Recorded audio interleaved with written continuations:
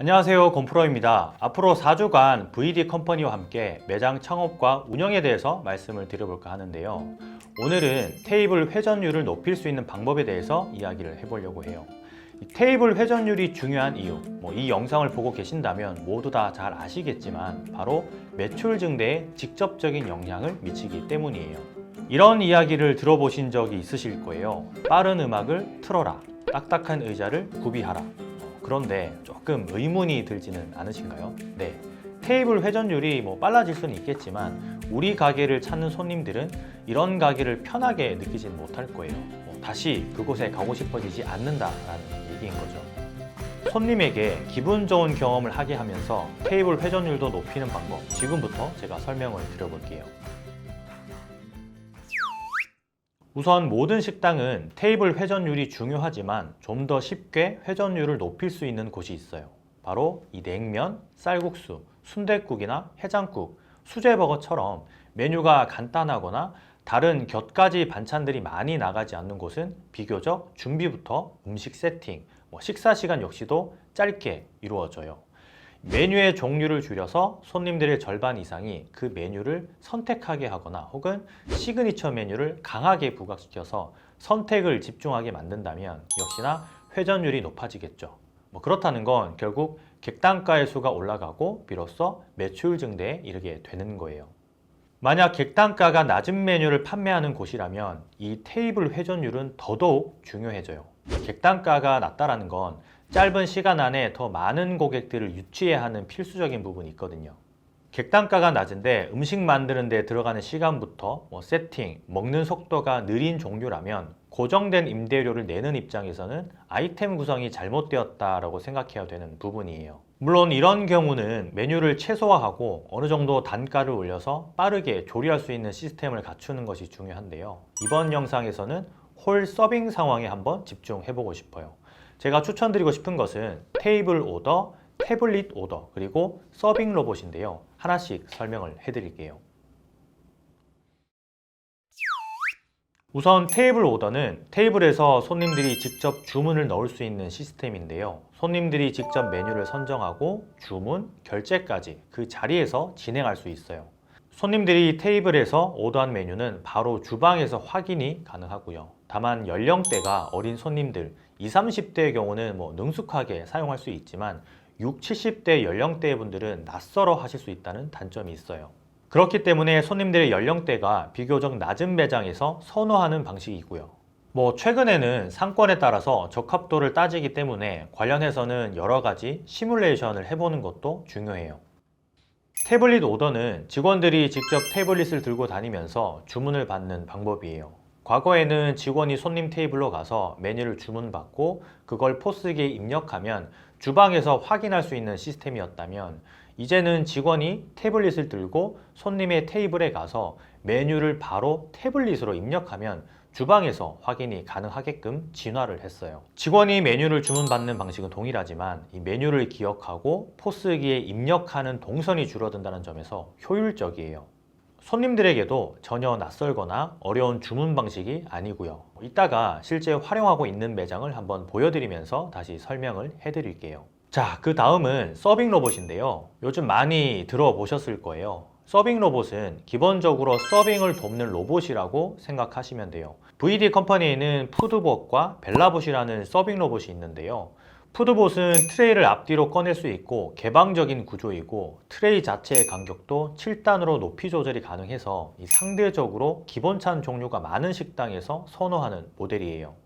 벨라봇은 귀여운 고양이 형상을 하고 있는데요. 머리를 쓰다듬으면 표정과 음성으로 터치에 반응하는 기능이 있어서 손님들이 조금 더 친근하게 소통할 수 있는 모델이에요. 서빙과 퇴식의 기능은 동일하기 때문에 매장의 무드와 용도에 맞게 선택하실 수 있고요. 서빙 로봇을 활용하는 방법은 다양해요. 말 그대로 서빙에 사용하실 수도 있고 카페 같은 공간에는 손님들이 그릇을 로봇에 올려두면 퇴식구로 가져다주는 퇴식의 역할을 하기도 해요. 기본찬을 올려두고 매장을 계속 돌아다니게 해서 이 손님들이 알아서 기본찬을 리필하게 할 수도 있고 방역을 위한 용도로 활용하기도 하죠. 어린이 손님들을 위한 마케팅으로도 활용이 가능해요.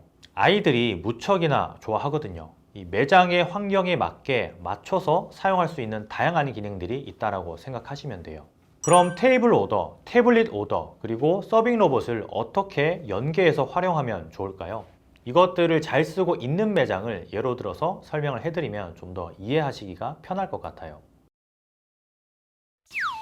사당역에 미스피치라는 수제버거집이 있어요. 14평 남지산 작은 매장이고요. 테이블은 8개 정도가 있는데 손님이 자리에 앉으면 테이블 오더로 직접 주문을 하고 결제까지 해요. 그럼 그 주문이 주방으로 바로 들어가죠. 주방에서는 손님이 주문을 완료하면 서빙 로봇으로 기본 세팅과 음료를 서빙하고요. 그 사이에 주방에서 이 주문받은 메뉴를 만들게 되죠. 수제버거가 완성되면 다시 서빙 로봇으로 수제버거를 서빙하는 시스템이에요. 이때는 직원분이 홀로 나오시는데요.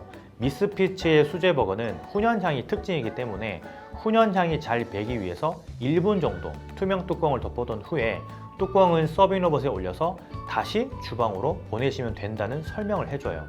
손님은 수제버거의 훈연향이 잘 배이도록 기다리는 동안 이 서빙 로봇 위에 올려져 있는 모래시계도 확인할 수 있고 1분이 지나면 직접 서빙 로봇의 확인 버튼을 눌러보실 수도 있고요. 장안의 화제인 이 서빙 로봇도 촬영해서 개인 소셜 채널에 올리실 수도 있죠. 이 손님이 도착해서 음식을 먹는 동안 직원은 딱 단 한 번 수제버거의 맛과 특징을 설명해주기 위해서 홀에 나오는 게 다예요. 정말 훌륭하죠? 그럼 여기도 한번 볼까요? 이곳은 풍국면이라는 강남에 있는 국수 맛집이에요. 여기서도 테이블 오더를 활용해요. 손님들이 자리에서 테이블 오더로 주문을 하고 그 주문을 주방에서 바로 확인해서 음식을 만드는 시스템이에요. VD 서빙 로봇이 주방에서 대기하고 있다가 음식이 완성되면 각 테이블로 음식을 서빙하고요. 이 국수가 주 메뉴인 이곳에서는 서빙 로봇을 채용하고 나서 매출이 늘어났어요. 바로 서빙 로봇 덕분에 테이블 회전율이 올라갔기 때문이고요. 서빙 로봇이 서빙을 하는 동안에 직원들은 테이블을 정리하고 정리된 식기는 다시 서빙 로봇으로 보내면서 손님에게 자리를 안내하는 시스템. 이 줄 서서 먹는 국수 맛집에 대기줄이 줄어든 이유를 이제 아시겠죠? 우리에게 익숙한 이디야에서도 서빙 로봇을 활용한 매장이 등장을 했어요. 손님이 키오스크나 스마트폰 앱으로 메뉴를 주문하면 주문 번호를 받으시게 돼요. 이 주문 번호를 받아서 빈자리에서 대기를 하시는 동안 주방에서는 손님이 주문한 메뉴의 정보를 자동으로 전달받게 되고요. 주방에서 메뉴를 만들어서 서빙 로봇 트레이에 올린 다음에 주문 번호를 사이니지에 입력하면 손님이 사이니지를 통해서 자신이 주문한 음료가 나왔다는 것을 아시게 되겠죠. 여기까지는 저희가 휴게소나 푸드코트 같은 곳을 갔을 때 겪는 상황과 동일해요. 그런데 여기서 손님이 음료를 가지러 주방으로 오시는 것이 아니라 자리에 있는 호출벨을 누르시면 되는데요. 그럼 그 호출벨과 벨라봇이 자동으로 연동되어서 벨라봇이 손님의 자리로 음료를 서빙하게 돼요. 사장님은 음료를 주문받기 위해서 포스기 앞에 서 계시거나 몇 번 손님 음료 나왔습니다와 같은 멘트를 하지 않으셔도 되고 손님은 음료를 주문하기 위해서 줄을 서거나 이야기를 하다 말고 음료를 받으러 주방까지 오지 않아도 되는 거죠. 스마트 상점이라는 말 들어보셨죠? 무언가 거창하고 우리 매장과는 전혀 상관없는 키워드라고 생각할지 모르겠지만 이미 우리 곁에 훅 들어온 게 바로 스마트 상점이에요. 방금 설명드린 테이블 오더와 태블릿 오더 그리고 서빙 로봇 자체가 스마트 상점의 카테고리에 들어가니까요. 이제는 식당을 창업하거나 혹은 운영할 때 생산성을 높이기 위한 다양한 스마트한 방법들이 필요해요. 그저 옛날 방식으로 전통을 고수하다가는 스마트한 상점들과의 경쟁에서 살아남지 못하는 지경에 빠질 수도 있고요.